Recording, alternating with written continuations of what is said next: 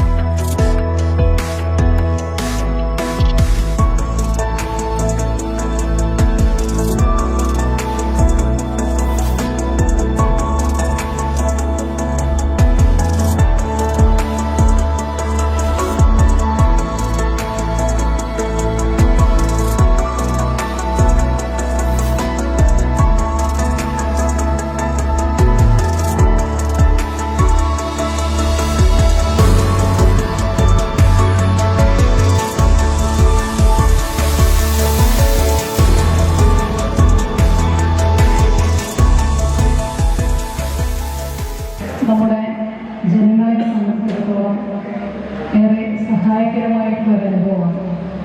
ഇവിടെ നേരത്തെ ഒരു ക്ലിനിക്ക് എന്ന് പറയുന്നത് നമ്മുടെ അക്ക ഡോക്ടറായിരുന്നു. അദ്ദേഹം രാത്രിയാണ് വരുന്നത് എന്നുള്ളതാണ്. ഇപ്പോൾ 2 ഡോക്ടർമാർ കൂടി ഇവിടെ ക്ലിനിക്ക് ആരംഭിക്കുകയും അതോടൊപ്പം ഫാർമസി ഉൾപ്പെടെയുള്ള സംവിധാനങ്ങളും ഇവിടെ പ്രദേശത്ത് ലഭ്യമായിട്ടുണ്ട്. നമ്മുടെ സമൂഹത്തെക്കുറിച്ച് പറയുമ്പോൾ നമ്മുടെ പഞ്ചായത്തിനകത്ത് ഒട്ടേറെ ഡോക്ടർമാർ MBBS എടുത്തതും ആയുർവേദമായാലും ഹോമിയോ ആയാലും ഓരോ വാർഡിനകത്തും 2-3 ഡോക്ടർമാർ എന്നുള്ള നിലയിൽ യുവത്വം വളർന്നു വരുന്നത് നമുക്ക് അഭിമാനകരമായിട്ടുള്ള നേട്ടമാണ്.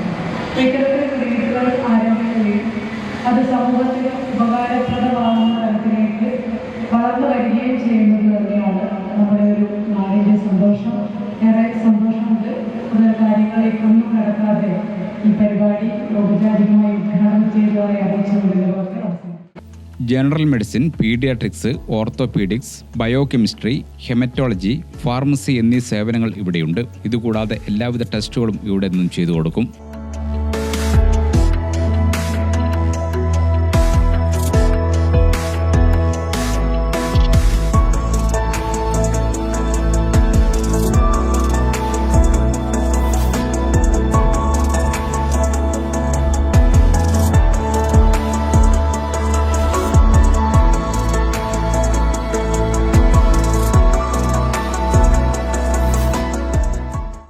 മാലൂർ തൃക്കടാരിപ്പോയിൽ അത്യാധുനിക സൗകര്യങ്ങളോടുകൂടിയ trust line multi speciality centre ഇവിടെ പ്രവർത്തനം ആരംഭിച്ചിരിക്കുകയാണ്.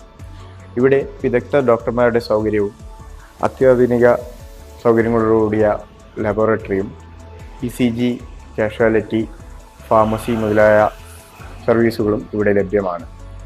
ഈ പ്രദേശത്തെ ജനങ്ങൾക്ക് മികച്ച ചികിത്സാ സംവിധാനം ഏർപ്പെടുത്തുക എന്ന ലക്ഷ്യത്തോടു കൂടിയാണ് ഇത് ആരംഭിച്ചിരിക്കുന്നത്.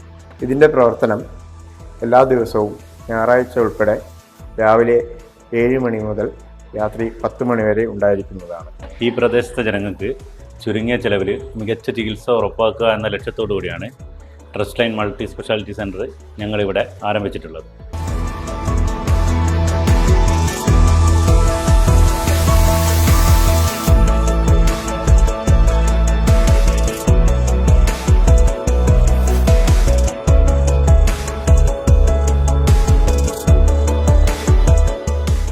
എല്ലാ ദിവസവും രാവിലെ 7 മണി മുതൽ 10 മണി വരെ സ്പെഷ്യാലിറ്റി സെന്റർ പ്രവർത്തിക്കും.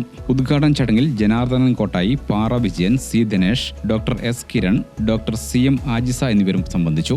ഗ്രാമിക ന്യൂസ്, കൂത്തുപറമ്പ്.